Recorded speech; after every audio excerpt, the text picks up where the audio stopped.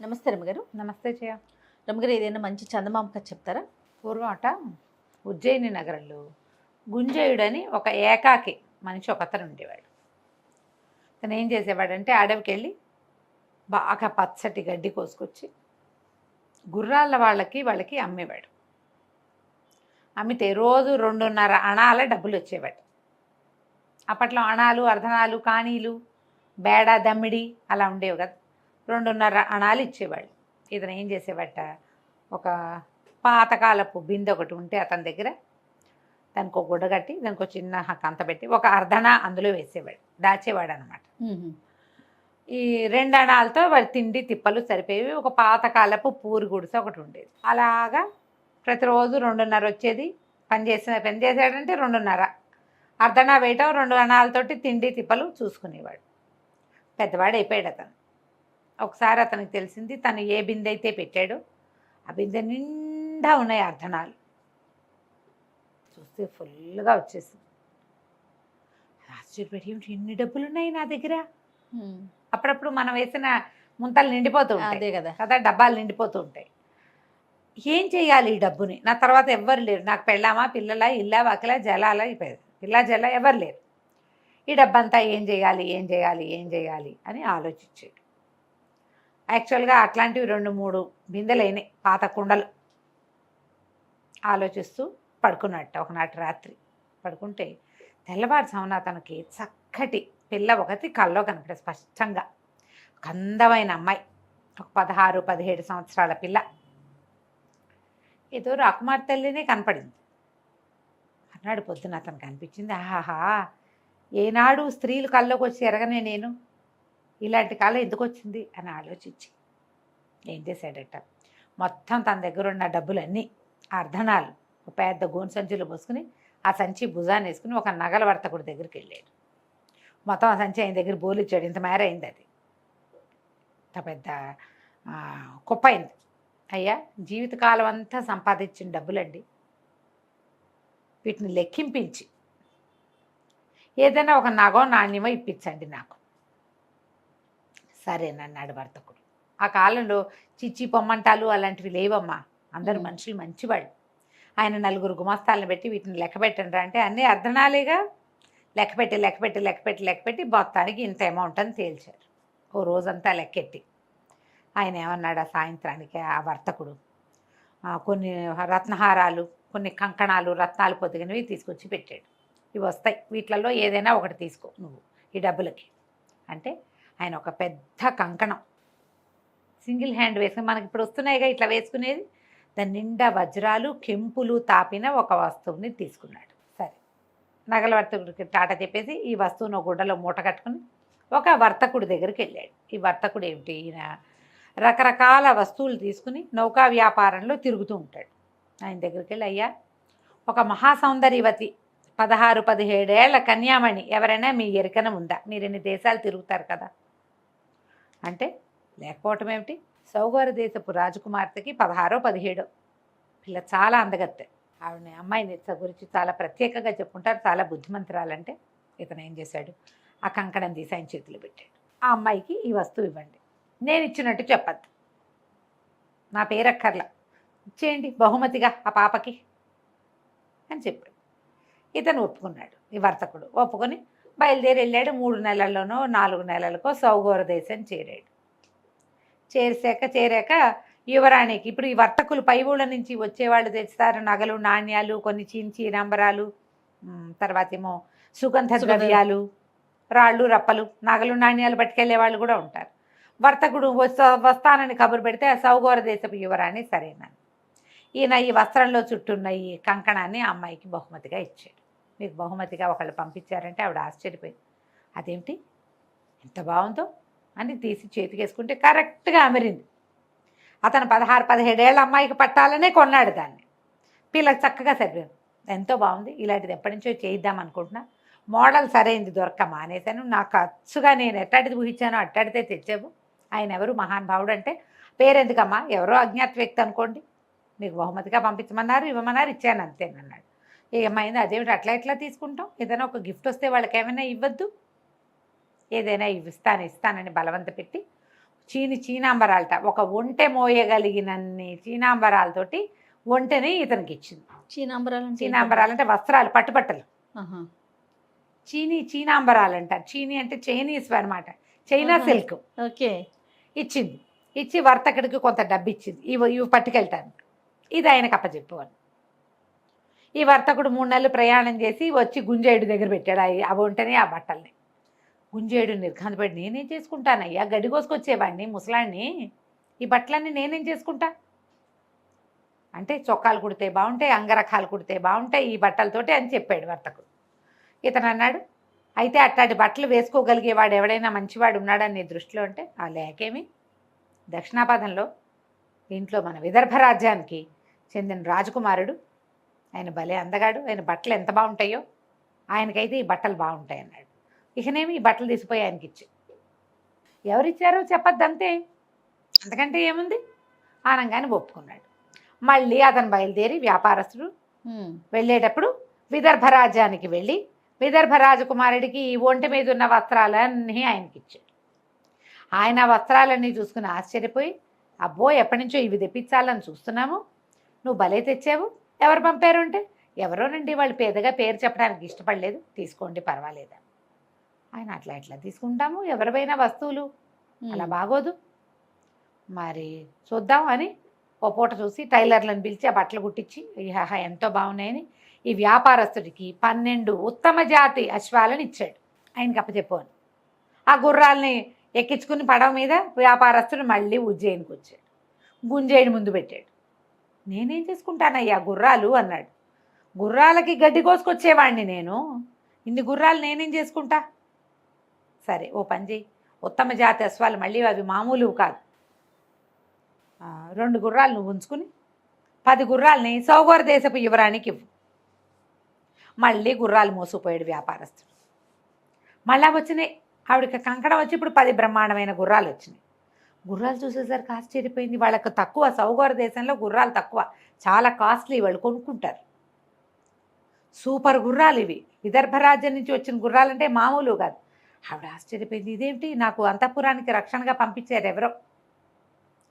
ఆవిడ చాలా సంతోషించి ఏం చేసింది, మళ్ళీ ఏవో ఒంటెల మీద అవి మోయగలిగినంత వెండి ఓ 10 ఒంటెల్ని ఇచ్చింది. అక్కడ సౌగోరంలో ఒంటెలు ఉంటాయి, వెండి ఎంత వెండో మొత్తం అంతా మళ్ళీ పడవెక్కింది. మళ్ళీ గుంజేయుడి దగ్గరకు వచ్చినాయి అవి. మనకెందుకు అనేసరికల్లా వ్యాపారస్తుడు అన్నాడు, ఆవిడ నాకు ఒక దారి ఖర్చులకి డబ్బిచ్చిందయ్యా యువరాణి, నువ్వేమో చెప్పద్దంటావు, ఇప్పుడు ఏం చేయమన్నావు అనేసరికల్లా, చేయటానికి ఏముంది, ఆల్రెడీ చేసావు కదా, విదర్భ రాజకుమారుడికి పంపే, వీటిని 2 ఉంచుకో నువ్వు అంటే 2 ఒంటెలు, వాటి మీద ఉన్న వెండి వ్యాపారస్తులు తన దారి బత్తానికి ఉంచుకుని మిగిలిన 14 16 ఒంటెలు, ఆవిడ 20 ఒంటెలు ఇచ్చింది, 20 కాదు 60 ఒంటెలు ఇచ్చింది, ఈయన 2 ఒంటెలు ఉంచుకుని 58 ఒంటెలు తీసుకుపోయి విదర్భ రాజ్యంలో అప్పచెప్పాడు. ఆయన ఆశ్చర్యపోయాడు, యువరాజు ఇంత ఖరీదైన బహుమతి, మనకు అసలు ఒంట్లు అక్కడొకటి కనపడతాయి, నెలకోసారి చూస్తే ఒకసారి ఒంటెని చూస్తే గొప్పే, ఇన్ని ఒంటెలా, ఇంత పెద్ద బహుమతి, ఆయన చాలా ఆశ్చర్యపోయాడు. ఈసారి ఏం చేశాడంటే, ఇంత బహుమతి తీసుకుని, వీళ్ళు ఏమనుకుంటున్నారు, అంతకుముందు రాజకుమార్తె తండ్రికి చెప్పింది, ఇలా ఒక బహుమతి పంపించారు, మళ్ళీ ఇవి వచ్చినాయి, ఇప్పుడు ఏం చేయాలో తెలియటం లేదు అంటే, రాజుగారు ఏమన్నాడు, వదిలించుకోవాలి ఈ బహుమతులు ఇచ్చేవాళ్ళని, లేకపోతే వాళ్ళు ఒకటిస్తే మనం 4 ఇవ్వాలి, అందుకని ఆయన ఆ మాట చెప్పాడు. ఈ విదర్భ రాజకుమారుడికి అర్థం కాలేదు, ఇంత ఖరీదైన బహుమతులు వస్తున్నాయి, ఇంకా గ్రాండ్గా ఇచ్చేసి ఈ బహుమతుల పరంపర ఆపుదామనుకున్నాడు ఆయన.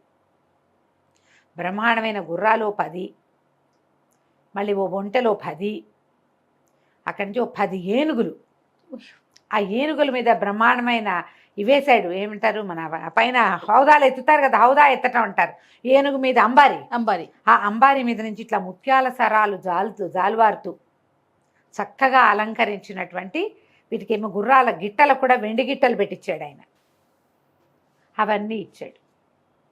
మొత్తం పైగా ఈ పంపించిన వాటన్నిటికీ పైన చీనాంబరాలు కప్పారు, అలంకారాలు, మెళ్ళో ఆభరణాలు, వాటికి వర్తకుడు అన్నీ మోసుకొచ్చి గుంజేయుడి దగ్గర పెట్టేసరికి ఏం చేయాలో తెలియలే గుంజేయుడికి, వీటన్నిటిని నేనేం చేసుకుంటానయ్యా, గుర్రాలు వచ్చాయి, మళ్ళీ ఒంటెలు వచ్చాయి, మళ్ళీ ఏనుగులు సరే తలా 2 నువ్వు ఉంచుకో, మిగిలిన పట్టుకెళ్ళి రాజకుమార్తెకి ఇచ్చి అనగానే వ్యాపారస్తుడు ఒప్పుకోవాలి. అబ్బే అలా కుదరదు, ఇప్పటికి 3 సార్లు వెళ్ళా, ఆవిడ ఎవరిచ్చారని పీకేస్తోంది, ఎవరో అజ్ఞాత వ్యక్తి అని ఎన్నిసార్లు చెప్పను, ఈసారి వాళ్ళ మొహం చూడడానికి నాకు సిగ్గుగా ఉందయ్యా, వాళ్ళు మొహమాట పడుతున్నారు, ఎవరిచ్చారో చెప్పమని అడిగితే ఏం చెప్పాలి, మా ఊళ్ళో గడ్డి కోసుకునే ముసలి గుంజేయుడు ఇచ్చాడని చెప్పమంటావా మరి అనేసరికల్లా గుంజేయుడు ఆలోచించి, ఎందుకు ఇవి ఎక్కడి నుంచి తెచ్చావంటే విదర్భరాజుని, విదర్భరాజకుమారుడు ఇచ్చాడని చెప్పు, సరిపోతుందిగా, మన పేరు ఎందుకు మధ్యలో అనగానే సరేనన్నాడు.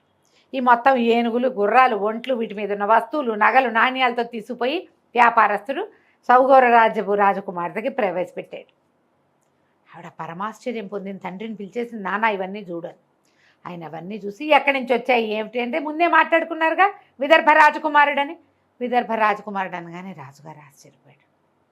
అమ్మాయి నాకు ఒకటి ఉందే, నీ పటాలు అందరికీ పంపాము పెళ్లి చూపుల కోసం, ఈ విదర్భ రాజకుమారుడు నిన్ను ప్రేమించి పెళ్లి చేసుకుందాం అనుకుంటున్నాడు, డైరెక్ట్గా కబురు చేస్తే మనం కాదన్నామనుకో, ఒకవేళ విదర్భ మనకు దూరం, కాదన్నామనుకో పరువు పోతుంది, అందుకని కాదనలేని స్థితి కల్పించడం కోసం ఈ వస్తువులన్నీ పంపిస్తున్నాడు. ఆలోచించుకున్నారు. ఇప్పుడు మనం ఒక వస్తువు చూస్తే దాని మీద మనకు ఐడియాలు వస్తాయి, మన ప్రకారం కదా మనం ఆలోచించుకుంటాం.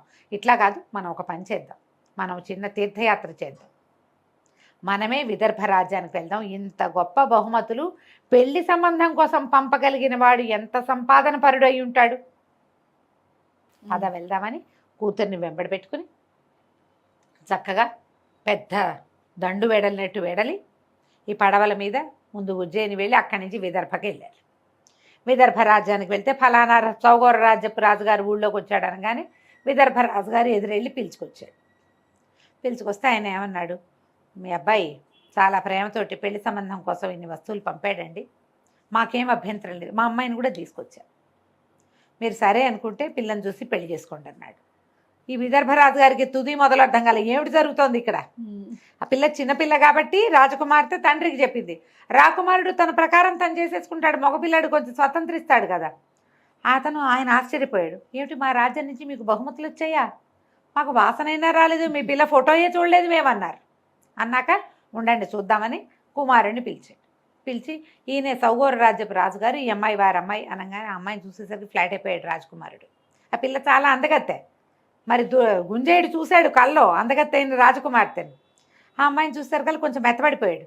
ఏమిటి నువ్వు ఏవో బహుమతులు పంపావుట, మరి వీళ్ళు ఆ బహుమతులు చూసుకునే పెళ్లి సంబంధం కోసం వచ్చారా నాయన అని తండ్రి చెప్పంగానే, బహుమతులు ముందు నాకొచ్చాయి అని చెప్పలేకపోయాడు ఆయన. అవునని చేసుకుంటాను పెళ్ళి, నాకేం అభ్యంతరం లేదన్నాడు. అయిందా, సౌగౌర రాజ్యపు రాజకుమార్తెకి విదర్భ రాజకుమారుడికి ధూమ్ధామ్గా పెళ్ళైపోయింది. నువ్వు అవి పంపావు, నేను ఇవి పంపాను, నేను ఇవి పంపించాక నువ్వు అవి పంపావు అని ఇద్దరు మాట్లాడుకున్నారు. చివరికి వాళ్ళకి తెలిసిందేమిటి, ఈ సిల్సిలా తాము మొదలుపెట్టింది కాదు, మొదట ఎవరో మొదలుపెట్టారు. ఆ మొదలుపెట్టిన వాడెవరో ఆవిడికి తెలీదు, ఈయనకి తెలీదు. వీళ్ళిద్దరి పెళ్ళికి రాయబారిగా మధ్యలో పనిచేసిన ముసలి గుంజేయుడు మాత్రం గడ్డి కోసుకుంటూ ఇప్పటికీ అర్ధనాలు పోగేసుకుంటూనే ఉన్నాడు. ఆ వ్యాపారస్తులు ఎప్పుడూ మళ్ళీ వీళ్ళని కలవల, ఏమీ లేవు వాళ్ళ దగ్గరికి వెళ్ళేందుకు. వ్యాపారస్తులు ఎవరు, వీళ్ళకి ఆ ఊరికి రోజు వస్తూనే ఉంటారు వ్యాపారులు, వీళ్ళకి ఏం తెలుసు. వాళ్ళిద్దరూ పెళ్లి చేసుకున్నారు, వాళ్ళిద్దరి రాజ్యాల మధ్య పడవలు అవి తిరుగుతుండే. తర్వాత ఎప్పుడో చాలా కాలం తర్వాత వాళ్ళు తెలుసుకుని ఉండొచ్చు, కానీ గుంజేయుడికి మాత్రం తన వల్ల ఇలా వివాహం జరిగిందని ఎప్పటికీ తెలిసే అవకాశం లేదు. అలాగే జరుగుతాయి పెళ్ళిళ్ళు, ఎవరో ఒక కారణం అవుతారు, అలా అవుతుంది కథ కంచికి మనం ఇంటికి. బాగుందండి. నమస్తే రమ్మగారు. నమస్తే జయ. రమ్మగారు, ఏదన్నా మంచి కథ చెప్పుకుందామండి. పెద్ద కథ చెప్తాం. ఓకే. ఒక సిపాయి కథ, సిపాయి చిన్నయ్య అనుకుందాం. ఒకనాడు ఒక సిపాయి అంటే మన ఏమనాలి సైనికుడు యుద్ధం నుంచి తిరిగి వాళ్ళ ఊరు వైపుకు వెళ్తున్నాడు. అక్కడేం పెద్ద వ్యవహారం లేదు, ఊళ్ళో ఏదో సొంత ఊరని వెళ్తున్నాడు. వెళ్తుంటే ఆ దారిలో ఒక భూతం చూసింది. వీడు ఒంటిగాడని తెలిసింది. ఎవరితోటి లేరు, ఎవరు లేరు, గుంపుగా ఉంటే వాళ్ళని పట్టుకోవు భూతాలు దయ్యాలు అవి. సరే వీడిని చూసి ఒక ముసలమ్మ వేషం వేసుకుని వీడి దగ్గరకు వచ్చింది. ఏరా అబ్బాయి బాగా సంపాదించుకొస్తున్నావా అని అడిగింది. ఏం సంపాదన మా అమ్మ, ఏదో 10 రూపాయలు, ఇక్కడ ఉన్ననాళ్ళు అన్నం వెళ్తుంది, మళ్ళీ పిలిపొస్తే మళ్ళీ వెళ్ళి మళ్ళీ అక్కడ తింటాం అన్నాడు. సంపాదించుకునే మార్గాలు బోర్డు ఉన్నాయి రా, ఏదో ఒకటి చెప్పు చూద్దాం అన్నాడు. చెప్పడానికి ఏముందిరా, నీకు ధైర్యం ఉందా అని. బోల్డ్ ధైర్యం ఉందన్నాడు.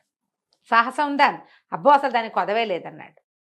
జంకు గొంకు లేకుండా పనిచేస్తావా అని. జంక గొంక మనకేం జంకు, మనం యుద్ధంలో వచ్చాంగా, మనకు అట్లాంటివేం లేవన్నాడు. అయితే ఓ పని చెయ్యి, నేను నీకు ఒక సలహా చెప్తా. ఇక్కడ ఒక చెట్టును చూడండి, ఒక పెద్ద చెట్టు. ఆ చెట్టు పైనంతా పోయింది, పై భాగం అంతా అట్లా పైకి ఉండి ఇట్లా తొర్రలేము దానికి. ఈ తొర్రలోకి నడువుకు తాడు కట్టి దింపుతా.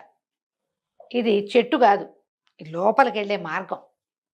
భూ వివరణలోకి వెళ్తుంది అది, అంటే భూమిలోకి వెళ్ళిపోతుంది. లోపలికి వెళ్తే ఒక పెద్ద హాలు. ఎంత పెద్ద హాలో, దాంట్లో ఒక వరుసగా గదులు ఉంటాయి. మొదట ఒక పెద్ద గది ఉంటుంది. పెద్ద గదిలో బల్ల మీద కుక్క కూర్చుని ఉంటుంది. ఆ కుక్క ఉన్న బల్లలో కుక్కను తిప్పేస్తే బల్ల కిందంతా రాగి నాణ్యాలు ఎన్ని ఉంటాయో కావాల్సినవి తెచ్చుకో. వెధవరాగి నాకు ఎందుకు అనుకుంటావా. రెండో గదిలోకి వెళ్ళు, అక్కడ ఇంకో పెద్ద బల్ల ఉంటుంది. ఆ బల్ల మీద ఇంకో పెద్ద కుక్క ఉంటుంది. ఆ కుక్కను లైన్లో పెట్టి తీసుకుంటే దాని కింద అన్ని వెండి నాణ్యాలే. గుప్పెళ్ళు పట్టినని తెచ్చుకో, బట్టలు పట్టినని తెచ్చుకో, ఎన్ని మోయగలితే అని తెచ్చుకో. చిచ్చి దిక్కుమాలను వెండి నాకెందుకు అనుకుంటావా, అది కూడా బారేసి. మూడో గదిలో ఇంకో పెద్ద కుక్క ఉంది. అది కూర్చున్న బల్ల కింద బంగారపు నాణ్యాలు ఉన్నాయి. అంటే కుక్కలు ఊరుకుంటాయిటమ్మా, ముసలమ్మా నువ్వు బలేదానివి అన్నాడు. దానికే ఉందిరా, ఇదిగో నీలం రంగు తివాసి తీసుకెళ్ళు. నువ్వు లోపలికి వెళ్ళాక కుక్క నీకేసి చూస్తుంది, భయంకరంగా చూస్తుంది. తివాసి పరిచేసి కుక్కనెత్తి దీని మీద కూర్చోబెట్టు. అది నేనేం చేయదు, ఏం తీసుకున్నా అది నిన్నేమందు. తివాసికి కుక్కకి లింక్. అయితే సరేనన్నాడు. సరేనన్నాక తాడు కడతానే నడువుకు తాడు కట్టింది, దింపబోయింది అందులోకి. వాడు అందులోకి ఎక్కి ఆ పైకి ఎక్కి దిగబోయాడు. దిగబోయాక అన్నాడు, అది కాదు మా అమ్మ, దారిపోయే దానయ్యను నేను, ఊళ్ళోకి పోయే పెద్దమ్మవి నువ్వు, నాకు ఇంత డబ్బు కట్టపెట్టడానికి నీకు ఎందుకు అనిపించిందో చెప్పు. నీకెంత వాటా కావాలి అందులో? నేనేం తెస్తే అందులో నువ్వు వాటా అడిగితే అవన్నీ కుదరవు, ముందే చెప్పాలి. నువ్వు ఎంత వాటా అనేది చెప్తే దాని ప్రకారం తీసుకొస్తాం. తర్వాత వాటాలు పేచి పెట్టి ఆ డబ్బులు లాగేసుకుని వాళ్ళ చుట్టుపక్కల వాళ్ళకి పట్టించి వ్యవహారాలు మనతో కుదరవు. నేను అసలే సిపాయిని, మన దగ్గర కత్తిడాలు కూడా బాణాలు కూడా ఉన్నాయి అన్నాడు. ముసలమ్మది, డబ్బులు నాకెందుకురా ముసిల్దాన్ని, ఇది వరకు మా అవ్వ అంటే ఈవిడికి ముత్తావట. ఈ గోతులోకి దిగి అలా అవన్నీ చూసి మా ఇంట్లో ఉండే చెకుముకు రాయిని అక్కడ వదిలిపెట్టి వచ్చింది. చెకుముకు రాయి అంటే ఏమిటి? నిప్పు వెలిగించుకునే రాయి. వచ్చేస్తుంటే బల్ల మీద కనపడుతుంది నీకు. అది వెనక్కి తిరిగి వచ్చేటప్పుడు ఒక బల్ల ఉంది, చిన్న బల్ల, దాని మీద ఉంది. ఆవిడ జ్ఞాపకార్థం లేదని బాధపడుతున్నాను నేను. ఎవడైనా సాహసం ఉన్నవాడిని పంపిస్తే వాడికి కావాల్సింది వాడు సంపాదించుకుంటాడు, నా చెకుముకు రాయి వస్తుందని నువ్వు ఒంటికాడివి సాహసివి అని నిన్ను దింపుతున్నానంది. అంతే కదా, చెకుముకు రాయి సరేనన్నాడు. ఆవిడ ఒక తివాసి చుట్టి చంకలు పెట్టింది వీడికి. తివాసి పుచ్చుకుని దిగాడు. దిగి దిగి దిగి ఎంత లోతో, తెగ లోతు దిగాక ఒక పెద్ద కట్టడం లాంటిది కనపడింది. అందులోకి లోపలికి వెళ్ళేసరికి మెట్లు ఎక్కాడు. లోపలికి వెళ్తే బ్రహ్మాండమైన హాలు, అంతా నడవాలాగా ఉంది. ఎడం చేతి వైపున గదులున్నాయి. సరే ఏం చేశాడు వీడు, మొదటి గది తలుపు తెరిచాడు. పెద్ద బల్ల, అదేమిటి ఓపెన్ చేస్తే తెరుచుకుంటుంది. దాని మీద ఒక్కొక్క ఇట్లా మోహరించి కూర్చున్నది. బంతులంతేసి కళ్ళున్నాయట దానికి. కళ్ళు ఇట్లా చూస్తుంది. ఈ కుక్కను చూసరికి కుక్క బెదిరొచ్చింది. ఏం చేస్తుందో చూద్దామని తివాసి పరిచాడు. అది అట్టాగే చూస్తుంది. వీడు టక్కిని వెళ్ళి దాన్ని ఇట్లా ఎత్తుకున్నాడు. అదేం మాట్లాడలా. పెట్టి తీస్తే ఒప్పుకోదు అది. తివాసిని చూస్తే ఊరుకుంటుంది.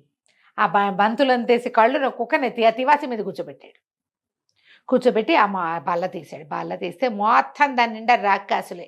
వీడిట గుప్పెళ్ళతోటి చొక్కాకి, ప్యాంటుకి, జేబుల్లో ఉన్న జేబులన్నిట్లలో పోసుకున్నాడు. తలపాగాకి చిన్న గుంటలు అందులో కూడా పోసుకున్నాడు. పోసుకున్నాక ఆ కుక్కనైతే బల్ల మీద కూర్చోబెట్టాడు. తివాసి చంకలో పెట్టుకున్నాడు. పక్క గదిలోకి వెళ్ళాడు. పక్క గదిలో ఇంకో కుక్క ఉంది. అది ఇంకా పెద్ద బల్ల. అదెంతుంది, బండి చక్రాలంతంత కళ్ళున్నాయట దానికి. కళ్ళతోటి ఇట్లాగే చూస్తాం. వీడేం చేశాడు, ఓహో ఇది కూడా నిజమే, ఇంకా రాక్కాసులు ఎందుకు మనకి, తెచ్చామని ఏం చేశాడు, ఈ నీలం రంగు తివాచి మళ్ళీ పరిచాడు. కుక్క కామ్గా చూస్తుంది. వీడు పోయి కుక్కను ఎత్తుకున్న తివాచి మీద కూర్చోబెట్టాడు. అది దాని దారిని అది పడుకుంది. వీడు ఆ బల్ల తెరిచి చూస్తే అన్ని తలతల్లాడిపోతూ వెండి కాసులు. దిక్కుమాల రాక్కాసులు మనకెందుకని రాక్కాసులన్నీ అక్కడ పారబోసేసాడు. వెండి కాసులు నింపేసుకున్నాడు జేబుల నిండా. అక్కడి నుంచి కుక్కనైతే మళ్ళీ బల్ల మీద కూర్చోబెట్టాడు. తివాసి చేత్తో పుచ్చుకుని 3వ గదిలోకి వెళ్ళాడు. నిజమో కాదో తెలీదు, ఇవి వదిలేస్తే ఒకవేళ పోతాయి కదా. 3వ గదిలోకి వెళ్తే ఈసారి ఉంది అక్కడ కుక్క, గుడి గోపురాలు అంతంత కళ్ళు ఉన్నాయట దానికి. అట్లా మిటకరించి చూస్తోంది వేడికేసి. సరే అంటే బంగారం ఉంది. తివాసి పరిచాడు, కుక్కనెత్తి దీని మీద కూర్చోబెట్టాడు. ఆ బల్ల తెచ్చి వెండి కాసులన్నీ అక్కడ బారబోసేసి చక్కగా బంగారు కాసులు నింపేసుకున్నాడు అన్నిటి నిండా. 2 చెవిలో 2 అంగిట్లో కూడా పెట్టుకున్నాడు వేస్ట్ కాకుండా. సరే ఏం చేశాడు, కుక్కనెత్తి మళ్ళీ అక్కడ కూర్చోబెట్టేసి నీలం రంగు తివాసి మడతపెట్టి పక్కన పెట్టుకుని చేత్తో పుచ్చుకుని బయటకు వస్తే ఈ ముసలమ్మ ఏదో చెప్పిందని చూస్తే చెకుముకు రాయి ఉంది కనిపించింది. సరే పైకి లాగు లాగు అవ్వ లాగన్నాడు. చెకుముకు రాయి జేబులో పెట్టుకుని ఈ నడవ అంతా నడిచి బయటికి వెళ్ళి ఎక్కడి నుంచి తనకి తాడు కట్టిందో అక్కడ నిలబడి, ఓ అవ్వ బయటికి పైకి లాగు పైకి లాగు నన్నంటే ఆ అవ్వ పైకి లాగింది. లాగాక బయటకు వచ్చాక వీడు ఏం తెచ్చుకున్నావురా అంది. బంగారమే తెచ్చుకున్నాను, ఇదిగో నీ తివాసి అని తివాసి చేతిలో పెట్టాడు. ఆ చెకుముకు రాయిని అటు ఇటు తిప్పాక అన్నాడు, అలాంటి అత్యద్భుతమైన ప్రదేశంలోకి మీ అవ్వ ముసలిది వెళ్ళటం ఏమిటి, అది అక్కడ వదిలేసి రావటం ఏమిటి, నువ్వేమో జ్ఞాపకార్థం ఉంచుకుంటానని చెప్పటం ఏమిటి, ఇందులో ఏదో మతలబు ఉంది, అదేమిటో చెప్పన్నాడు. ఈవిడ ఒప్పుకోలే ముసలిది. ఏమీ లేదురా, మాకు అది కావాలంతే. అంటే దీంతో ఏం వస్తుందో చెప్పమంటాడు. ఏమీ రాదంటుంది ముసలిది. వాగ్యుద్ధం పెరిగింది. ఈ సిపాయి అప్పుడే యుద్ధం నుంచి వచ్చాడు కదా, కొంచెం ఉద్రేకంగా ఉన్నాడు. కత్తిపుచ్చి విసిరేశాడు మా అమ్మని. అయ్యో, ఆ మెడ కాస్త తెగిపోయింది. ముసలిది కింద పడ్డం ఏంటి, దాని భూతం రూపం దానికి వచ్చింది. ఓహో, ఇదేదో భూతం నన్ను ఏదో మాయ చేద్దామనుకుంది, ఈ డబ్బంతా కొట్టేయడానికి ఎత్తేసిందేమో, ఈ చెకుముకురాయి నేను ఎందుకు ఇస్తాను, నా దగ్గరే ఉంచుకుంటాను అని చెప్పి దాన్ని జేబులో వేసుకుని ఈ బంగారం గుప్పెళ్ళు తెచ్చుకున్నాడుగా, ఆ గుప్పెళ్ళతోటి వెళ్ళిపోయాడు. వెళ్ళి ఈ అడవంతా దాటాక ఒక మంచి ఊరు వచ్చింది, పెద్ద పట్టణం. ఆ పట్టణంలో ఒక సత్రంలో గది తీసుకున్నాడు. హాయిగా తిన్నాడు, తాగాడు. అంతకుముందు వీడికి భోజనానికి సరిపడా డబ్బే ఉంది వాడి దగ్గర. ఇప్పుడు బంగారం ఉండేసరికల్లా కొత్తగా డబ్బులు వస్తే ఎలా ఉంటుంది, ఆగలేకపోతారు. ఇక మళ్ళీ రాదు. ఎందుకంటే ఆ లోపల దించేవాడు తీసేవాడు లేడు. ఆ నీల రంగు తివాసి లేకపోతే కుక్కల్ని హ్యాండిల్ చేయలేం. తివాసి మామతో పాటే వెళ్ళిపోయింది, కాలిపోయింది. అది ఏం చేయలేడు దాన్ని. దాంతో వీడు డబ్బులు యథేచ్ఛగా వాడేసుకున్నాడు. ఎంత యథేచ్ఛగా ఖర్చు పెట్టుకున్నాడో. సరే ఇక అయిపోయినాయి డబ్బులు. రోజులు గడిచే కొందుకి డబ్బులు అయిపోయినాయి. ఒకనాటికి చివరికి ₹1 లేకుండా మిగిలిపోయాడు. ₹1 కూడా లేదు. ఖాళీగా కూర్చున్నాడు. అన్నీ వాడేశాడు, మొత్తం వాడేసి తినేశాడు. ఏముంది, అలాగే ఉంటుంది. అయితే ఒకనాటి రాత్రి దీపం ముట్టించేందుకు నూనె కూడా డబ్బులు ఇవ్వడి దగ్గర. ఓరండి, అట్లా ఖాళీగా అయిపోయి సరే ఎవరో దారే పోయే వాళ్ళని ఓ చుట్ట మావయ్య అని అడిగి చుట్ట తీసుకున్నాడు. చుట్ట తాగుదాం అనిపించింది. చుట్ట వెలిగించుకోవడం ఏంటా, దీపం కూడా లేదు. అప్పుడు వాడికి గుర్తొచ్చింది తన సామాన్లలో దాచిపెట్టింది చెకుముకురాయి. ఆ చెకుముకురాయి ఏమిటి, ఇట్లా నేల మీద ఇట్లా ఇట్లా గీస్తే ఫైర్ వస్తుంది. గీసేసరికల్లా కుక్క వచ్చింది. బంతులంత కళ్ళున కుక్క వచ్చి కూర్చుని ఉంచుంది వీడి పక్కన. మొదటిది ఏమిటంటే ఏం మాట్లాడుతుంది. బాగా ఆలోచించి ఏం చేస్తావు నువ్వు నాకు అన్నాడు. అది బావు అంది. ఏదైనా చేస్తానంటావు, డబ్బులు పట్టుకురా, రాక్కాసులు ఉన్నాయి కదా నువ్వు ఉన్న చోట అంటే 5 నిమిషాల్లో వెళ్ళి పచ్చేస్తుంది. కుక్క ఇన్ని రాక్కాసులు పుచ్చుకొచ్చింది సంచి నిండా. సంచిలో పోసి పట్టుకొచ్చేసింది. వీడు ఆశ్చర్యపడి, పోసిని భలేగా ఉందే మన సంగతి అనుకున్నాడు. అక్కడి నుంచి 2 సార్లు గీస్తే ఆ వెండి కాసులు ఉన్న కుక్క వస్తుంది. 3 సార్లు గీస్తే బంగారు కాసుల కుక్క వస్తుంది. అన్ని కాసులు తెప్పించుకున్నాడు. హాయిగా జీవితాన్ని ఎంజాయ్ చేయటం మొదలుపెట్టాడు. సరే ఏమైంది, ఒకనాడు ఎక్కడో ఒక చోట పార్టీకి పిలిచారు. వీడి దగ్గర బాగా డబ్బులు ఉన్నాయి కదా, డబ్బులు ఉన్న వాళ్ళని పిలుస్తారు పార్టీలకి. ఈ పార్టీకి వెళ్ళేసరికల్లా పార్టీలో రాజకుమార్తె ఎంత అద్భుతమైన సౌందర్యవతో చెప్పుకున్నారు. ఓసారి ఎట్టగైనా ఆ అమ్మాయిని చూడాలనిపించింది. ఏదో సందర్భంలో ఫ్రెండ్స్ తోటి ఈ తాగుబోతులు జూదగాళ్ళు వాళ్ళందరి దగ్గర రాకుమార్తెను చూడాలి, ఏ సందర్భంలో చూడొచ్చు అని అడిగాడు. ఆవిడనెక్కడ చూస్తావోయ్ నువ్వు, వాళ్ళ నాన్న ఏం చేశాడో తెలుసా, ఒక రహస్య ప్రదేశంలో దాచిపెట్టాడు ఆవిడ్ని. ఎందుకంటే ఆవిడ జాతకంలో, రాకుమార్తె జాతకంలో ఒక సాధారణ సిపాయిని పెళ్లి చేసుకుంటుందని ఉంది. ఓహో, సిపాయి చచ్చిన వాడు ఎవడైనా వచ్చి పిల్లకి లైనేస్తాడేమో అని రాజుగారు ఏం చేశారు, అంతఃపురంలో ఒక రహస్యమయమైనటువంటి ఒక దీని లాంటిది కట్టి అందులో పెట్టారు. పిల్ల ఎవ్వరికీ కనపడదు. ఆ పిల్లకి 11, 12 ఏడు యుక్త వయసు వచ్చిన దగ్గర నుంచి ఇప్పటిదాకా ఆ లోపలే ఉంది, బయటికి రాదు. అనగానే ఎందుకు రాదు, మనం ఎందుకు చేయలేము అని ఆలోచించి ఏం చేశాడు, ఈ కుక్కలు వస్తాయి కదా, ఆ కుక్కను పిలిచి రాజకుమార్తెను తీసుకురమ్మన్నాడు. అదేం చేసింది, టైం అని వెళ్ళిపోయింది కుక్క. అది ఏదైనా తెచ్చేస్తుంది. వెళ్ళి అంతఃపురంలో నిద్రపోతున్నా లోపల ఎక్కడో గదిలో పడుకుంది. ఆ గదిలో ఎక్కడో రహస్యంగా పడుకున్న రాకుమార్తెని చేపుచ్చుకుని తీసుకొచ్చేసింది, మీదెక్కించుకొచ్చేసింది. ఇప్పుడు బంతులంతేసి కళ్ళుండే కుక్క ఎంత ఉంటుంది, ఇంతేం ఉండదుగా, బ్రహ్మాండంగా ఉంటుంది కుక్క, పెద్ద గుర్రం సైజులో. రాకుమార్తెని పట్టుకొచ్చేసింది. పట్టుకొచ్చేసరికల్లా వీడు తనివి తీరా అమ్మాయిని చూశాడు, చేతులు పుచ్చుకున్నాడు. పుచ్చుకుని కాసేపు అయ్యాక తీసుకెళ్ళి దింపేసిరా అన్నాడు. కుక్కని దింపేశారు. కుక్క తీసుకెళ్ళి దింపేసేసింది. దించేసిన తర్వాత పొద్దున్నే రాకుమార్తెను చూడడానికి తండ్రి, తల్లి, ముసలి దాది వాళ్ళు వీళ్ళు వచ్చారు. వచ్చేసరికల్లా అమ్మాయి చెప్పింది, నాన్న నాకు భలే కాలు వచ్చింది నాన్న, ఏదో కుక్క వచ్చి నన్ను తీసుకెళ్ళింది, అక్కడ ఒక సిపాయి ఉన్నాడు, అతను నా చేతులు పుచ్చుకున్నాడు నాన్న అనేసరికల్లా నాన్న తిట్టాడు, సిపాయి ఏమిటి, ఎవరిని తీసుకెళ్తారు, అసలు ఇంత రహస్యంగా ఉంచాం, ముసలిదాదికి తప్పిస్తే ఈ దారే తెలియదు ఎవరికి, అక్కడికి వచ్చిన చెలికెత్తలు మళ్ళీ రారు, అంత రహస్యంగా ఉంటుంది, ఓసారి ఎవరన్నా అందులోకి ప్రవేశించారంటే వాళ్ళని చంపేస్తారు, అట్లా ఏం జరగదన్నాడు. కాదు నాన్న, భలే కాలు వచ్చింది నాన్న. కానీ సిపాయి అనగానే రాజుకు డౌట్ వచ్చింది, ఏదైనా నాకు తెలియకుండా జరుగుతోందా అని చెప్పి ఈ ముసలి దాది అది రాత్రిపూట నిద్రపోతుంది. ముసలమ్మలకు చాలా మందికి రాత్రి నిద్రలు రావు, అది మెలకుగా కూర్చుంటుంది. ఆ దాదిని అక్కడ పెట్టాడు. అయితే ఏమైంది, ఎప్పుడైతే కుక్క మళ్ళీ రెండో రోజు రాత్రి మనవాడు ఏం చేశాడు, ఈ సిపాయి చిన్నయ్య కుక్కను పిలిచి మళ్ళీ 2 గీట్లు గీసి పెద్ద కుక్కను పిలిచి రాకుమార్తెను తీసుకురా అన్నాడు. కుక్క వచ్చింది, రాకుమార్తెని ఇటా ముట్టు మీద మొహం మీద మూతి కిందకి పెట్టి మీద ఎక్కించుకుంది.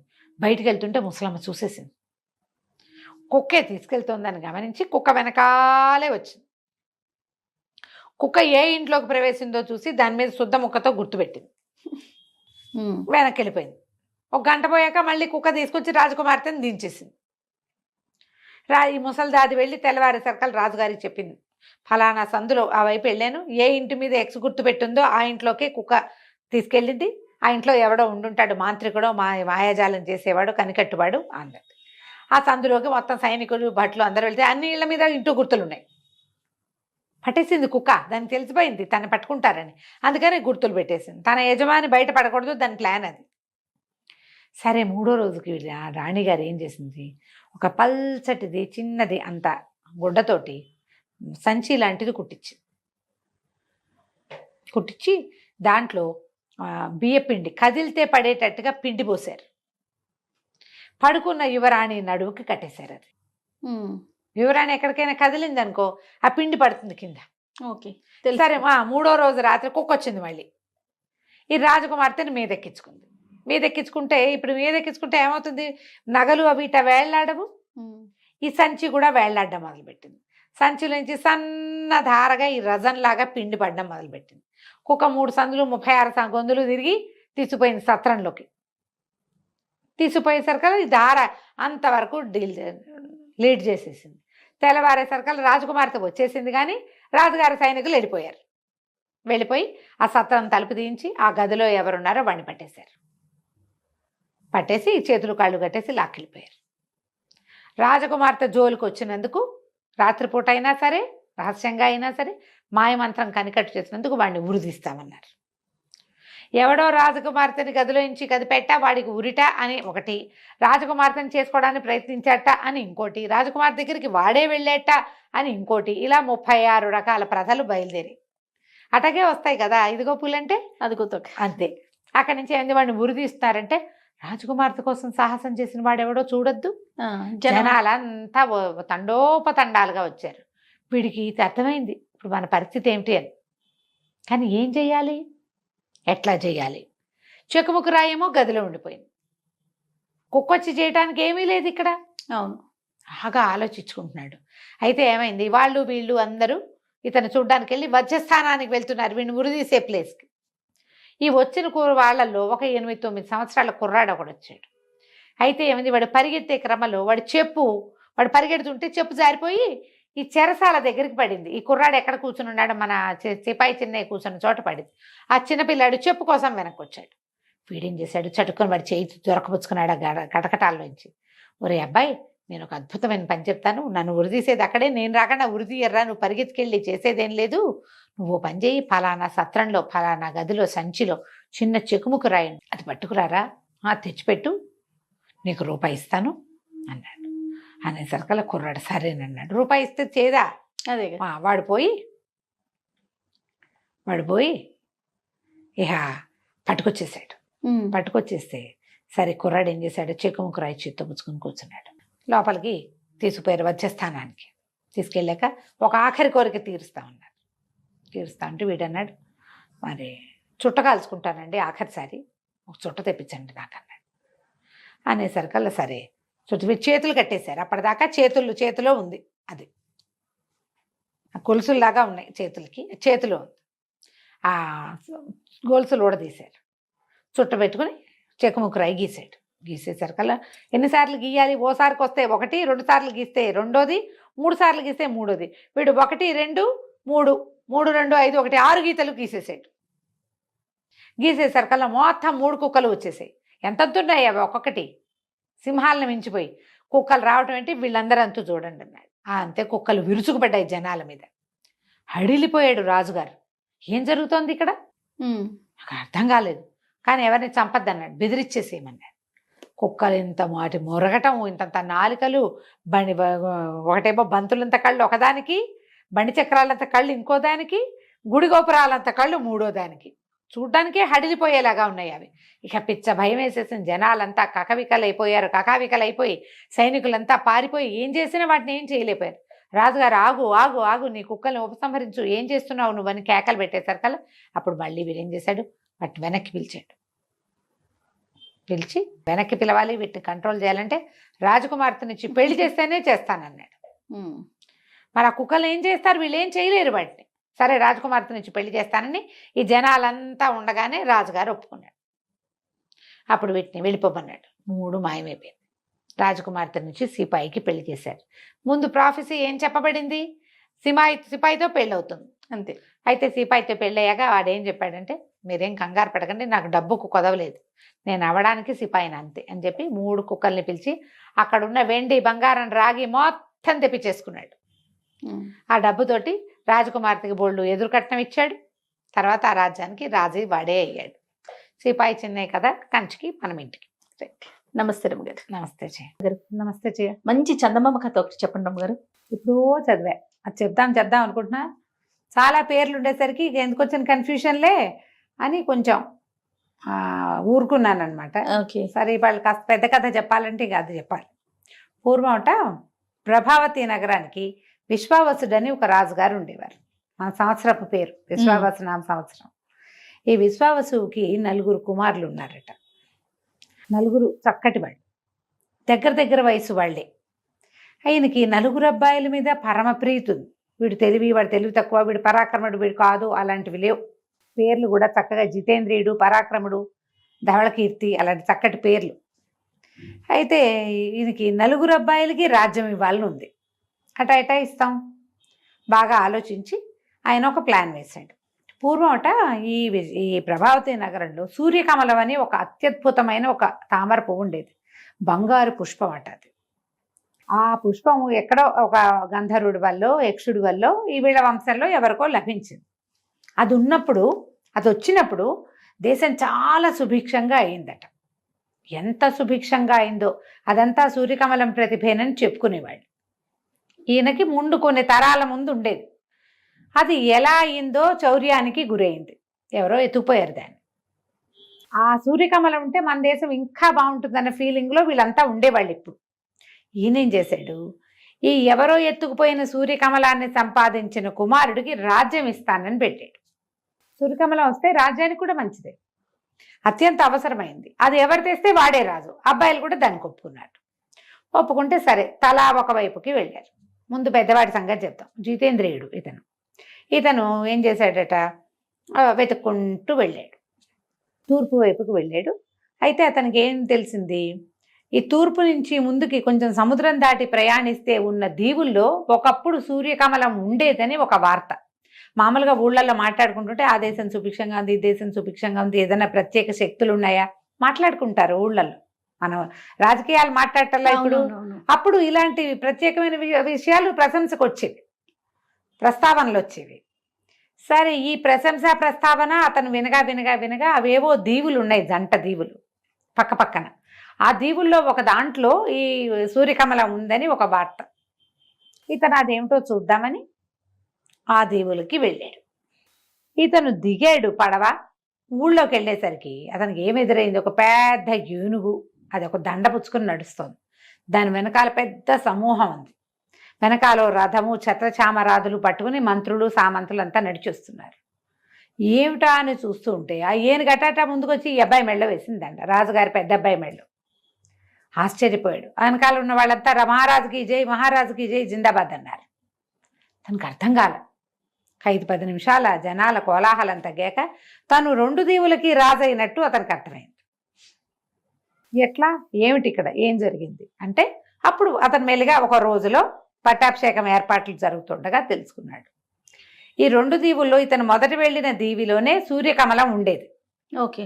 2వ దీవి వాళ్ళు దీనికోసం ప్రయత్నం చేశారు ఎత్తుకుపోవడానికి. అది ఎవరి దగ్గర ఉంటే వాళ్ళు బాగుంటారు. ఈ మధ్యలో ఏమైంది, గూఢచారులు కొంతమంది వచ్చారు. తర్వాత మాకు ఇవ్వండి, కొన్నాళ్ళు మేము ఉంచుకుంటాం, కొన్నాళ్ళు మీరు ఉంచుకుంటారు, కానీ ఇలాంటి వార్తలు పుచ్చుకుని కూడా కొంతమంది వస్తాయి. వీళ్ళు వాళ్ళకి, వాళ్ళు వీళ్ళకి విషం పెట్టేసుకున్నారు. విషప్రయోగం జరిగింది. తర్వాత ఈ రాజులు ఇద్దరు, ఈ వచ్చిన గూఢచారులు 2 రాజులకి విషప్రయోగం చేశారు. అరాచకమైపోయింది. ఎంతమంది చచ్చిపోయారో ఆ విషప్రయోగంలో. రాజులు పోయారు, ఆ 2 రాజ్యాల రాజులు. తర్వాత ఈ ఈ మధ్యలో ఉన్నారుగా 2 రాజులకి మధ్యలో ఉన్న గూఢచారులు, తర్వాత వార్తాహరులు, మొత్తం గుంపంతా చచ్చిపోయారు విషప్రయోగం వల్లే. దాంతో 2 దీవుల వాళ్ళు మాట్లాడుకుని మనం ఇట్లా అరాచకమైపోయాం, ఈ సందట్లో, ఈ గొడవలో, ఈ మరణాలు, ఎవరికి ఏం చేశారు, ఈ న్యాయ విచారణలు, ఈ సందట్లో సూర్యకమలం పోయింది. ఇక్కడి నుంచి అది అపహరించబడింది. దాంతో రాజు లేడు. చాలా కాలంగా రాజు లేకుండానే ఉన్నారు వాళ్ళు. ఉండి ఇట్లా కాదు, రాజును సెలెక్ట్ చేసుకునేందుకు ఒక మార్గం చూద్దామనుకుని ఏం చేశారు, 2 రాజ్యాల వాళ్ళు కలిసి పెద్ద మనుషుల ఒప్పందం కూర్చుని, సరే ఒక ఏనుగు వదిలి పెడదాం, ఎవరికి ఏనుగు పట్టం కడుతుందో చూద్దాం, దండేస్తే వాళ్ళకి పట్టం కడదామని డిసైడ్ అయ్యారు. అది ఈ జితేంద్రుడికి పట్టం కట్టింది ఆ ఏనుగు. సరే, ఇతను రాజు అయ్యాడు. ఇతనికి అయ్యో సూర్యకమలం మిస్ అయిందే అని తెలిసింది. కానీ అతనికి అనిపించింది ఆ సూర్యకమలం కోసం ఇంతగా 2 రాజ్యాలు అరాచకమైపోయే పరిస్థితి వచ్చింది. ఆ దిక్కుమాల కమలం లేకపోతే ఏం పోయింది? పైగా 2 దీవులకు రాజయ్యాడు. తండ్రి రాజ్యం 1, అందులో 4 తమ్ముళ్ళు పోటీ, మొత్తం 4 అన్నదమ్ముల పోటీ. ఇక్కడ ఏముంది, అది హాయిగా ఉంది. అందుకని ఏం చేశాడు, తండ్రికి ఉత్తరం రాశాడు, మీ రాజ్యం నాకొద్దు, ఎప్పుడైనా కుదిరినప్పుడు వచ్చి కనపడతాను, మీరు కూడా ఇక్కడికి రావచ్చు, తమ్ముళ్ళు కూడా నా దగ్గరికి రావచ్చు, నేను ఇక్కడికి రాజు కాబోతున్నాను, అయిపోయాను, ఈ రాజ్యంతో మీకు స్నేహ సంబంధాలు నేను నెరవేరుస్తాను, సూర్యకమలం కోసం నేను ఇంకా వెతకను అని ఉత్తరం రాసి పంపించేశాడు. ఒక అబ్బాయి విరమించుకున్నాడు. సరే, 2వ అబ్బాయి, 2వ వాడు తన దారిని తాను బయలుదేరాడు. ఈ శత్రుంజయుడు అలాంటి పేరున్నవాడు బయలుదేరితే ఏమైంది, అతనికి ఈ కొన్ని రాజ్యాల్లో ఇక్కడుంది అక్కడుంది వార్తలే, అక్కడి నుంచి కూడా అపహరించబడింది, ఇవన్నీ తెలుస్తున్నాయి. సరే, వెళ్తే ఏమైంది, ఇప్పుడు కోవిదార రాజ్యానికి వెళ్ళాడు అతను. ఈ కోవిదార రాజ్యంలో ఏమిటి, అప్పుడు మంచి సందడిగా ఉంది. రాజకుమార్తెకి ఇది స్వయంవరం చాటించారు. ఎక్కడెక్కడి రాజులో వచ్చారు. ఇతనేమనుకున్నాడు, ఇంతమంది రాజులు గుమిగూడిన చోట సరదాగా వెళ్తే ఆ డైనింగ్ హాల్లోనూ ఎక్కడో ఒక చోట మాట్లాడి ఎక్కడ సూర్యకమలం ఉంది ఆనుపాను తెలుస్తాయి కదా. అందుకని ఇతనేం చేశాడు, ఎలాగో మంచి పంచకళ్యాణి వేసుకెళ్ళాడు. ఫలానా రాజ్యం రాజస్వామస రాజకుమారుడు రాజుగారి అబ్బాయిని, ప్రభావతి నగర రాజకుమారుడిని, నా పేరు ఇది ఏదని వివరాలు రాసి రిజిస్టర్ చేసుకున్నాడు. అందరితో పాటు ఇతను కూడా సభలో పోయి కూర్చున్నాడు. కూర్చునేసరికల్లా అతను ఎదురుకుండా నడిచొస్తున్న రాజకుమార్తె ఇతని మెడలోనే దండేసింది. కోవిదార రాజుగారికి అసలు మగపిల్లలు లేరు, ఉన్నది ఒకతే కూతురు. ఆ అమ్మాయిని ఎవరు పెళ్లి చేసుకుంటే వాడే కోవిదారకి రాజు. పెళ్ళైపోయింది, రాజు అయిపోయాడు. ఇతను కూడా అప్పుడు ఈ వచ్చిన చోట ఈ వచ్చిన జనాలందరి దగ్గర ఆ వార్తలు ఎలా విన్నాడంటే ఒక్కొక్క రాజ్యంలో హత్యలు, ఇంకొక రాజ్యంలో దొంగతనాలు, ఒక చోట డెకాయిటీలు, సూర్యకమలం కోసమే ఈ గోలంతా. కానీ ఇతనికి కోవిదార ప్రభావతి కంటే పెద్ద రాజ్యం, ప్రభావతి రాజ్యం కంటే పెద్దది. ఎందుకు? అక్కడ 4 పోటీ అయ్యాం, ఇక్కడ ఎవరు లేరు, ఈ రాజుకు నేనే అల్లుణ్ణి, నేనే రాజు. అందుకని తండ్రికి ఉత్తరం రాశాడు, నేను ఇక్కడ ఇంకా నేను వెతకను, పైగా ఈ సూర్యకమలం మీద ఎటువంటి మంచి వార్తలు లేవు, నేను విరమించుకుంటున్నా అనేసరికి సరే ఇక ఊరుకున్నారు. ఇక 3వ అబ్బాయి ఇతను అలా ఇక బయలుదేరాడు దక్షిణం వైపుకి. వెళ్తే అతనికి ఎట్లా తెలిసింది, ఈ రాజ్యంలో ఉన్నది అని ఒక వార్త ఉంది. అదేదో ఒక కొండలాగా ఉంది. ఆ రాజ్యానికి వెళ్ళే దారిలో ఒక కొండ ఉండి దాని నుంచి కుడిమలుపుకి తిరిగితే రాజ్యంలోకి వెళ్తాం. రాజ్యం వైపుకు వెళ్ళే దారులు నిరామయంగా ఎవ్వరూ లేనట్టుగా చెట్లు ఉన్నాయి, కానీ అసలు ఎలా ఉందంటే అది పాడుకొట్లాడుకుంటున్నట్టుంది. కొండ ఏదో కనపడుతోంది. తీరా దగ్గరికి వెళ్తే తెలిసింది అతనికి అది పూర్తి కొండ. అదొక సువర్ణ భూమి, ఆ రాజ్యం పేరు. రియల్లీ బంగారు కొండే ఉంది అక్కడ. అక్కడున్న రాయి రప్ప అంతా బంగారమే. ఆశ్చర్యపోయాడు. ఒకటి ముట్టుకుని చూస్తున్నాడు రాళ్ళని, ఒక చిన్న చిన్న రాళ్ళు అంటే ఏరు చూస్తున్నాడు. అతనికి ఏమనిపించింది, ఎవరో తనని తోసినట్టు, తనని వీపుని మీద ఎవరో ముట్టుకున్నట్టు అనిపించింది. మనం ఒంటరిగా ఉన్నప్పుడు వెనక నుంచి చెయ్యేస్తే అదిరిపాటు వస్తుంది కదా, అదిరేసరికల్ ఇతను ఏం చేశాడు, అతనికి సహజంగానే కొంచెం పరాక్రమశాలి అతను. నడువుకి పట్టాకి కత్తి ఉంది. ఎప్పుడైతే ఉలిక్కి పడ్డాడో గబుక్కని కత్తి తీశాడు. కత్తి తీసి కత్తిని అటు ఇటు అటు ఇటు గబగబా తిప్పేశాడు. తిప్పేసరికల్లా పేరమని పెద్ద కేక వినపడి. తీరా చూద్దును కదా, అతను చూసేసరికి ఒక రాక్షసుడు కత్తి దెబ్బ తగిలి పడిపోయి ఉన్నాడు. అతనే వీడిని ముట్టుకున్నాడు వెనక నుంచి. ఎప్పుడైతే ఈ కత్తి దెబ్బ తగిలి పడి పెద్ద కేక పెడుతూ పడిపోయాడో అతని నెత్తి మీద నుంచి ఒక మూలిక లాంటిది, అది ఇట్లా కుప్పెలాగా కడతారు చూడు ఆయుర్వేదం వాళ్ళు, ఆ కుప్పె కింద పడింది. ఆ కుప్పెని చూశాడు, ఏమిటి పడింది, ఈ పడిన వాడెవడో అతనికి అర్థం కాదు. ఈ లోపల దూరంగా ఉన్న ఆ చెట్లు అని ఏదో ఖాళీగా ఉన్నట్టుందో దాని వెనకాల కొంతమంది మనుషులు ఉన్నారు. వాళ్ళు పెద్ద పెద్దగా కేకలు పెడుతూ మహారాజుకి జై జై జై అని అరుచుకుంటూ వచ్చారు. చూసేసరికి ఆశ్చర్యపోయారు. ఏమిటి మహారాజు అంటున్నారు, ఏమిటి, నేను మహారాజునేమిటి, నేను మహారాజుని గాను, నేను వేరే రాజ్యపు రాజకుమారిని. ఇక్కడికి వచ్చేసరికల్లా వీడెవడో నాకు అత్తి తగిలి పడిపోయాడు. ఆ తగిలిన దెబ్బ వాడికి ఇట్లా పొట్ట మీద నుంచి ఇలా తగిలేసింది. దాంతో వాడు మరణించాడు.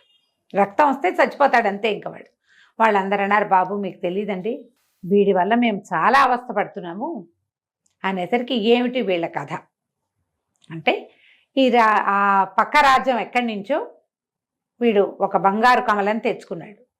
వాడికి అదృశ్య గుటిక ఉంది వాడి దగ్గర. వాడి నెత్తి మీద నుంచి పడిన కుప్పే అది నెత్తి మీద పెట్టుకుంటే ఎవరికి కనపడరు. వాడు అది పెట్టుకుని ఈ రాజ్యంలోకి ప్రవేశించాడు. వీళ్ళకి ఉన్న ఒకే ఒక్క డబ్బు వచ్చే సాధనం ఈ బంగారు కొండ. ఆ రాజ్యంలో ఇంకేం లేదు. ఆ బంగారపు రాళ్ళు రప్పలు పక్క రాజ్యాల్లో అమ్ముకుని వీళ్ళు సామాన్లన్నీ తెచ్చుకుంటారు. అక్కడ పంటలు పండవు. వాళ్ళకు ఉన్నది ఒకే ఒక ఆస్తి ఈ బంగారు కొండే. వాడు ఈ బంగారు కొండను ఆక్రమించుకుని కూర్చుని ఉన్నాడు. వాడు పరాక్రమశాలే కాదు, రెండోది అదృశ్యం అయిపోగలిగే శక్తి ఉంది వాడికి. ఎవరు కనపడ్డా వాళ్ళని విరుచుకు తిన్నాడు వాడు. ఒక దశలో రాజుగారిని కూడా విరుచుకు తినేశాడు. మా రాజ్యానికి రాజే లేడు. ఎప్పుడు కావాలంటే అప్పుడు ఊళ్ళోకి వచ్చి ఎవరిని పడితే వాళ్ళని తినేస్తాడు. ప్రజలు కూడా బయటికి రాకుండా తలుపులు వేసుకుని బతుకుతున్నాం, బిక్కుబిక్కుమంటూ మేము నిరుపేదలుగా ఉన్నాం, ఏమీ లేదు మా దగ్గర. ఏదైనా చేయాలంటే ఈ కొండలో నుంచి కొన్ని ముక్కలు కొట్టుకుని వెళ్ళాలి. ఇక్కడికి వస్తే వీడు పట్టేస్తాడు, ఎవరిని చంపేస్తాడో తెలియదు. దాంతో బిక్కుబిక్కుమంటూ బతుకుతున్నాం. మా రాజ్యం ఏమో అరాచకం అయిపోయింది, చాలా బాధపడుతున్నాము. కాకపోతే వాడిని మీరు చంపటం వల్ల మీరే మాకు రాజని మేము ఫిక్స్ అయ్యాం అనేసరికి బాగానే ఉంది. అతనికి అనిపించింది, ఏమిటి సూర్యకమలం దీని దుంపదేగా, ఎక్కడికి వెళ్ళినా ఇలాగే ఉందే, వీడి దగ్గర సూర్యకమల ఉందా అంటే ఏమో అది తెలియదు. సరే ఏమైంది, అతను ఈ సువర్ణ భూమికి రాజు అయిపోతున్నాడు. 3వ అబ్బాయి. ఈ ఆఖరివాడు శృతకీర్తి అతని పేరు. ఇతను అన్ని పక్కలకి తిరిగాడు. ఇక్కడ రాజ్యానికి దిగిన 3వ రాజకుమారుడు కూడా తండ్రికి ఉత్తరం రాశాడు, సువర్ణ భూమికి రాజు అవుతున్నాను నేను, నాకు ఇంకా దీని మీద ఈ కమలం మీద స్వర్ణకమలం మీద ఆసక్తి లేదు, సూర్యకమలం మీద నేను దానికోసం ప్రయత్నం చెయ్యను, చిన్నవాడితో చేయించుకోండి అనేసరికి ఇక చేసేదేముంది. సరే రాజుగారు సరే అనుకున్నారు. ఆయనకు వెళ్ళింది ఉత్తరం. 4వ అబ్బాయి బయలుదేరి వెళ్ళిపోయాడు కదా. అతను అన్ని ఊళ్ళల్లో కనుక్కుంటూ ప్రతి ఊళ్ళోనూ ఈ సూర్యకమలం వల్ల జరిగిన అరాచకము, జరిగిన ఇబ్బంది అవి వింటూ వచ్చాడు. ఇవి ఒక రాక్షసుడు ఎవడో ఎత్తుకుపోయాడని సువర్ణ భూమికి కూడా వచ్చాడు. చివరికి అక్కడికి వస్తే ఏం తెలిసింది, తన అన్నే రాక్షసుని చంపాడని, ఇక్కడ రాజు అవబోతున్నాడని తెలిసింది. అన్నయ్య దగ్గరికి వెళ్ళాడు. వెళ్ళేసరికల్లా అన్నయ్య అడిగి, ఎత్తుకొచ్చిందిరా, మేము ముగ్గురం 3 చోట్ల ఉన్నాం, నువ్వు ఇంటికి వెళ్ళిపో హాయిగా, ఆ రాజ్యం నీదే, మాకు అక్కర్లా. పెద్దన్నయ్యలకి ఇద్దరికి వద్దు, చెరుకో రాజ్యం ఉంది, పెద్దవాడికి 2 దీవులు ఉన్నాయి, రెండో వాడికి కోవిదారు ఉంది, నాకేమో సువర్ణ భూమి దొరికింది, ప్రభావతి నగరాన్ని నువ్వే పరిపాలించుకో, ఈ సూర్యకమలాన్ని వెతకడం మానేసేయి అన్నాడు. అంటే ఇతనికి నచ్చల, శృతికి ఎత్తుకి నచ్చల, ఆఖరి అబ్బాయికి. కాదు నేను వెతకాల్సిందే, ముందు అసలు అది ఎక్కడుందో తెలుసుకొని అనేసరికల్లా ఈ అన్నగారు ఏమన్నాడు, 3వ అబ్బాయి తన దగ్గర ఉన్నటువంటి అదృశ్య గుటిక ఉంది కదా, అది నెత్తి మీద పెట్టుకుంటే ఎవరికి కనపడకుండా ఉండొచ్చు, నీకేమైనా ఉపయోగపడుతుందేమో ఇది తీసుకోమని చేతిలో పెట్టాడు. అది పుచ్చుకుని ఈ సూర్యకమలం గురించి జాడలు తీస్తూ ఈ అబ్బాయి ఒక నగరానికి చేరాడు. చేరితే అక్కడ ఒక పెద్ద గొడవ కాదు. ఏమిటట, మా రాజ్యంలో సూర్యకమలం ఉంది, అది ఎవరో దొంగతనం చేశారు. అయ్యో. ఆ సూర్యకమలాన్ని పట్టుకున్న వాడికి రాజకుమార్తెనిచ్చి పెళ్లి చేస్తామని చాటింపు. సరే వెళ్ళేసరికల్లా ఆయన ఎలా పోయిందో ఎవరు చెప్పటల్లా. ఇప్పుడు పోయింది, ఫలానా గుట్లో పెట్టాం, ఫలానా మందిరంలో పెట్టాం, ఫలానా రోజు పూజ చేసాం, మర్నాటి నుంచి కనపడలేదు, అలాంటిది ఏదో ఒక వివరం ఉండాలిగా. ఆ వివరాలు ఎవరికీ తెలియదు, ఎప్పుడు పోయిందో తెలియదు, పోయింది అంటున్నారు అంతే. సరే ఇతను ఏం చేశాడు, రాజుగారిని నిలదీద్దాం అనుకున్నాడు. వెళ్ళి అడిగేసరికల్లా రాజు అన్నాడు, అదేమిటి, ఆ వివరాలన్నీ నీకెందుకు చెప్తాను నేను, అసలు నువ్వే దొంగతనం చేసిన ముఠాలో వాడివేమోనని నాకు అనుమానంగా ఉంది అనేసరికి ఇతను పోట్లాడాడు.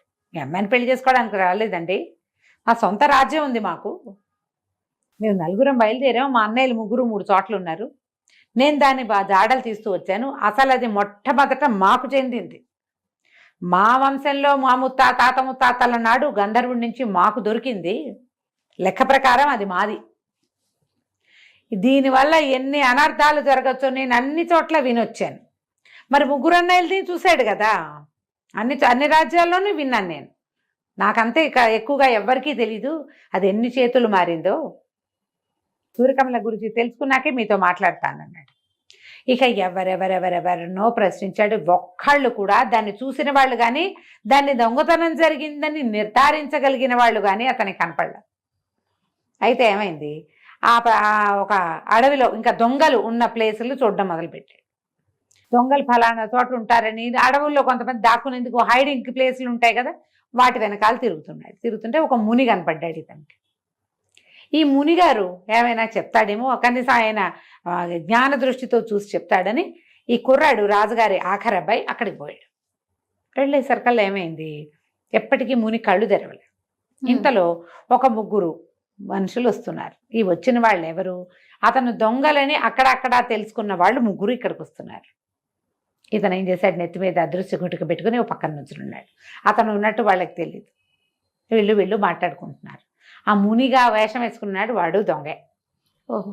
వీళ్ళు ఏమనుకుంటున్నారు, అసలు అది పోయిందో లేదోనండి, రాజుగారే దాచేసి అబద్ధం చెప్తున్నాడేమో, 4 ముఠాలు ఉన్నాయి మన ఊళ్ళో, మేము 4 ముఠాలని కనుక్కున్నాం, ఎవ్వడూ అది కొట్టేలా, దొంగతనం చేయలే, మన వల్ల కాకపోతే ఎవడి వల్ల కాదు, మనమే పట్టుకోలేకపోయాం దాన్ని, రాజు మీదే మాకు డౌట్గా ఉంది, రాజు పోకుండానే పోయిందని చెప్తున్నాడేమో అనేసరికి ఇతనికి అనిపించింది ఇది నిజమై ఉండొచ్చు.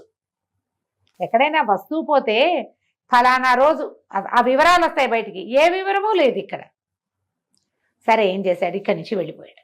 వెళ్ళి రాజుగారి దగ్గరికి వెళ్ళి ఏమన్నాడు, మీ అమ్మాయిని నాకు ఇచ్చి పెళ్లి చేయండి, మీ సూర్యకమలం ఎక్కడుందో నాకు తెలుసు అన్నాడు.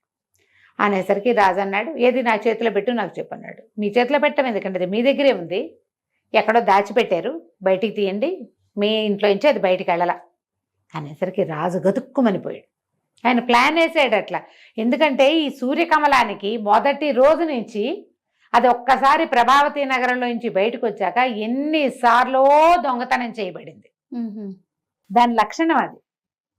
తన దగ్గర నుంచి కూడా పోతుందని ముందుగానే తనే దాచిపెట్టి పోయిందని చెప్తున్నాడు. సరే ఆయన అన్నాడు గతుకుమని, ఇప్పుడు ఒకవేళ ఇప్పుడు ఇలా చేసినా మా అమ్మాయి నీకు ఇచ్చి పెళ్లి చేస్తే నువ్వేం దక్కించుకోలేవు, అది ఇక్కడే ఉందని తెలిసిందంటే దొంగతనానికి జరిగిపోతుంది. నువ్వు తెలుసుకోకపోతే ఇక జరిగేదేం లేదు. ఎవరు చెప్పేవాళ్ళు లేరు కాబట్టి మా పిల్ల పెళ్లి నేను వేరే చేసేసేవాడిని, ఇప్పుడు నేను ఒప్పుకున్నాను కాబట్టి సరే పెళ్లి చేస్తాను పట్టన్నాడు. ఈ అబ్బాయి అన్నాడు మరి నాకు అది కట్నంగా ఇస్తారా అని అడిగితే ఇస్తాను. పెళ్ళయింది రాజకుమార్తెకి, ఈ అబ్బాయికి. ప్రభావతి నగరపు ఆఖరి రాజకుమారుడు. చక్కగా బ్రహ్మాండంగా పెళ్ళైతే సరే రాజుగారు ఏం చేశాడు, సూర్యకమలాన్ని లోపల నుంచి పట్టుకొచ్చి ఈ అబ్బాయే కనిపెట్టాడని ప్రకటించి సూర్యకమలాన్ని తీసుకొచ్చి యువరాజు చేతిలో పెట్టాడు. ఆ యువరాజు ఏం చేశాడు, చక్క పెళ్లికి అగ్నిహోత్రం పెడతారు కదా, ఏదో మంత్రం చదువుతూ ఈ సూర్యకమలాన్ని అగ్నిహోత్రంలో వేసేసాడు.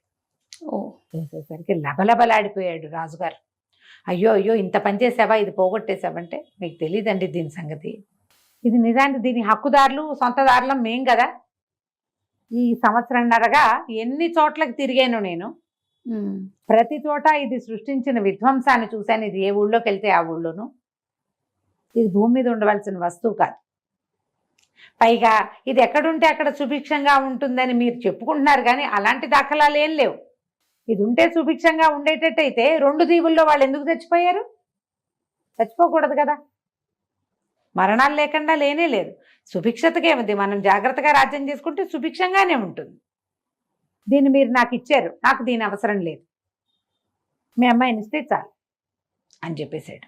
రాజుగారు లబలబం అన్నాడు కానీ ప్రజలు అందరూ చూశారు. సూర్యకమలం కాలిపోయింది అనేది అన్ని రాజ్యాలకి వ్యాపించేసింది. దాన్ని అగ్నిహోత్రంలో వేసేసారని. ఇతను ఏం చేశాడు, యువరాజు ఈ రాజకుమార్తెని భార్యను వెంబడి పెట్టుకుని ప్రభావతి నగరానికి ప్రయాణమై వెళ్ళిపోయాడు. వెళ్ళి తండ్రికి ఏం జరిగింది, తను ఎలా చేశాడు, ఎట్లా సూర్యకమలాన్ని అగ్నికి ఆహుతి చేశాడో చెప్పేశాడు. రాజుగారు సంతోషించాడు. ఇక దానివల్ల ఏ సమస్యలు రావు. దానికోసమే రాజ్యాలు కొట్టుకు తెచ్చారు. ఎప్పుడు దొంగతనమే. ఇక ప్రభావతి రాజ్యానికి ఆఖరి అబ్బాయిని రాజుని చేశారు. కథ కంచికి మనం ఇంటికి. బాగుందండి. నమస్తే రమ్య గారు. నమస్తే శ్రీ.